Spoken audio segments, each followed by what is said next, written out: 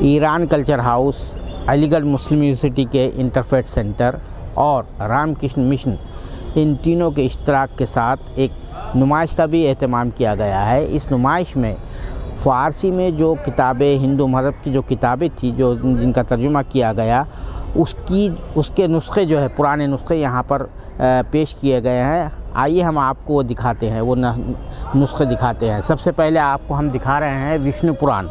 ये विष्णु पुराण का जो तर्जुमा किया गया है, ये 1809 में तर्जुमा किया गया था।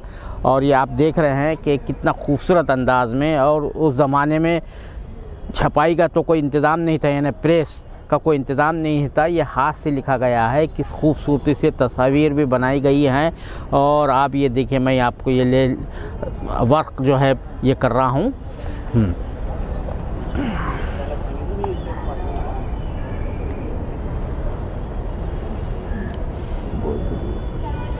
ये सब हाथ से लिखे हुए नुस्खे हैं, विष्णु पुराण हैं। इसके मुतरजिम का नाम नहीं मालूम है।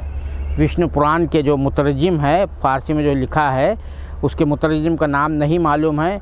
इस किताब की ज़ख़ामत जो है 153 सफ़हात हैं।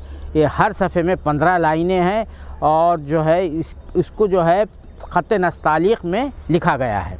इसके बाद हम आपको दिखा रहे हैं वाल्मीकि नारायण, जो बहुत ही मशहूर किताब है, जिसको सभी लोग उसका मुताला करते हैं। ये देखिए इसकी तस्वीर, और इसमें किस तरह से जो है तो इसका फ़ारसी में तर्जुमा किया गया है। और इसका उर्दू में भी जो है तर्जुमा किया गया है। रामायण वाल्मीकि कहा जाता है। ये तकरीबन 1902 में छपी हुई है। इसका जो उर्दू में जो तर्जुमा किया गया था 1902 में किया गया था।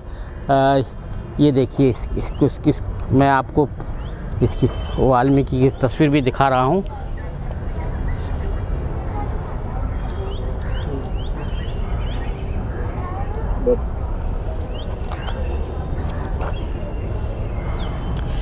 इसको मेहदी ख्वाजा पीरी पेश लफ्ज़ लिखा है,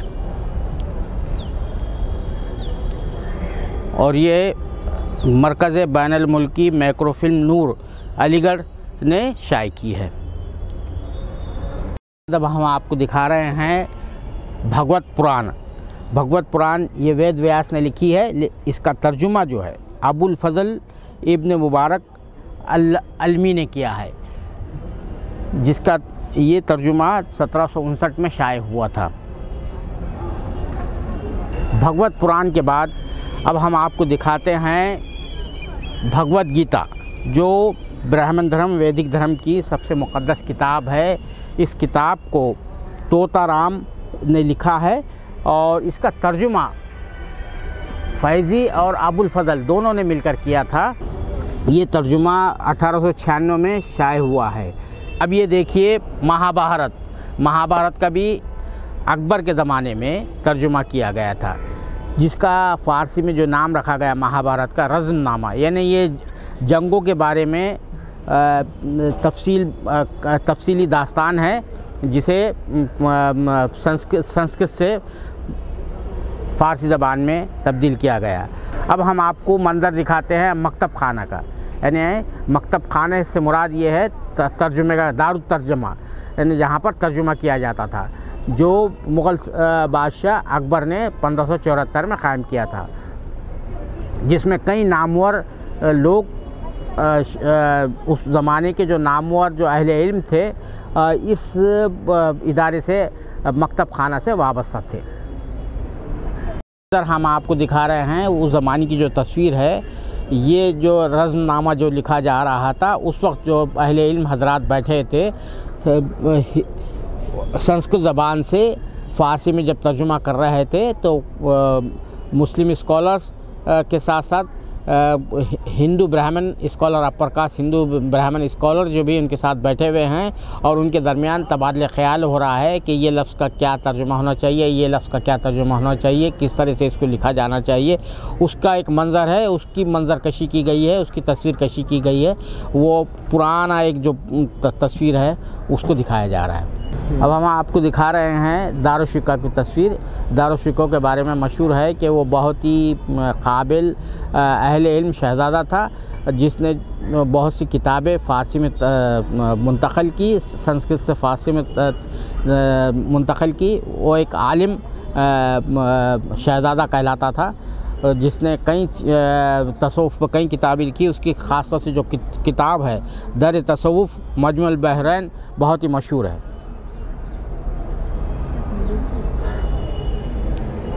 ये क़दीम फ़ारसी के नुस्ख़ों की नुमाइश ईरान कल्चर हाउस, अलीगढ़ मुस्लिम यूनिवर्सिटी के इंटरफेथ सेंटर और रामकृष्ण मिशन ने मुश्तरका तौर पर लगाई है, जिसमें ये दिखाने की कोशिश की गई है कि फ़ारसी का कितना गलबा रहा और मुस्लिम दौर हुकूमत में किस तरह से हिंदू रिवायात को भी वही अहमियत दी गई जो दीगर मज़ाहिब को दी गई थी। और उनकी किताबें, जो हिंदू मज़हब की जो किताबें थी, उनका फ़ारसी में, क्योंकि फ़ारसी उस वक्त सरकारी ज़बान थी, पूरे मुल्क में बोली जाती थी, लिंग्वा फ्रैंका थी, इसलिए फ़ारसी ज़बान में वो तर्जुमे किए गए। और बड़े बड़े बाज़ाब्ता इसके लिए दारुत तर्जुमा, ख़ास तौर से मैंने आपको बताया कि अकबर ने 1574 में दारुत तर्जुमा, जिसे मकतब खाना कहते हैं, वो क़ायम किया था, जहाँ पर हिंदुस्तान की जो मुक़ामी ज़बानों में किताबें थी, ख़ास तौर से संस्कृत उस वक्त जो है लोग ज़्यादा पढ़ते थे, जानते थे, इल्मी सरमाया संस्कृत ज़बान में था, उन किताबों का तर्जुमा करने का काम उसने शुरू किया। फ़ारसी में बहुत सी किताबें उस ज़माने में शाये हुई। ये जो नुमाइश लगी है, एग्ज़िबिशन लगी है, तो इससे आपको क्या मैसेज मिल रहा है?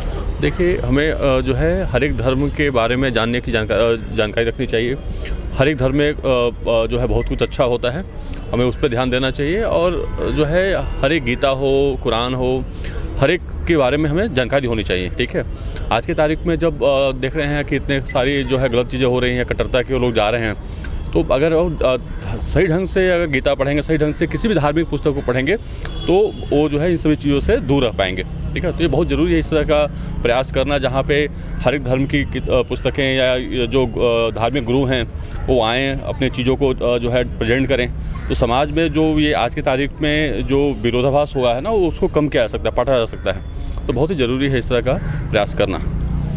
ये मुग़ल दौर के बारे में कहा जाता है। मुग़ल दौर में ही सब जो है तर्जुमे हुए, फ़ारसी में तर्जुमे हुए। उन्होंने बाज़ाब्ता जो है तो ट्रांसलेशन एक सेंटर क़ायम किया, इंस्टीट्यूशन क़ायम किया कि संस्कृत की जितनी भी अच्छी अच्छी किताबें हैं, चाहे वो मजहबी किताबें हो या दूसरी इल्मी किताबें हो, एकेडमिक बुक्स हो, उनको ट्रांसलेशन किया गया, फ़ारसी में किया जाए, इधर से उधर दोनों की तरफ किया। तो इसको किस तरह से देखते हैं? नहीं, ये बहुत ही अच्छा प्रयास किया गया था। देखिए, एक्चुअली जब तक आप जो है ना दूसरे धर्म को सम्मान नहीं देंगे, इज्जत नहीं देंगे, उनकी जो अच्छाइयाँ हैं उनको पढ़ेंगे नहीं, समझेंगे नहीं, तब तक जो है आप किसी के कहने पे, बहकावे पे आ जाएंगे और जो है इससे नुकसान होगा समाज का और इससे देश का। तो ज़रूरी ये है कि हम जो है एक दूसरे की जो है इज्जत करें, उनके धार्मिक जो है आस्था पे जो है उसका विश्वास ये करें और ध्यान से पढ़ें। पढ़ने पे बहुत ध्यान देना चाहिए, क्योंकि हर एक जो है धार्मिक पुस्तक जो है ना, वो कुछ ना कुछ अच्छी बातें सिखाती हैं। कहीं हमें जो है गलत चीज़ें सिखाया जाता।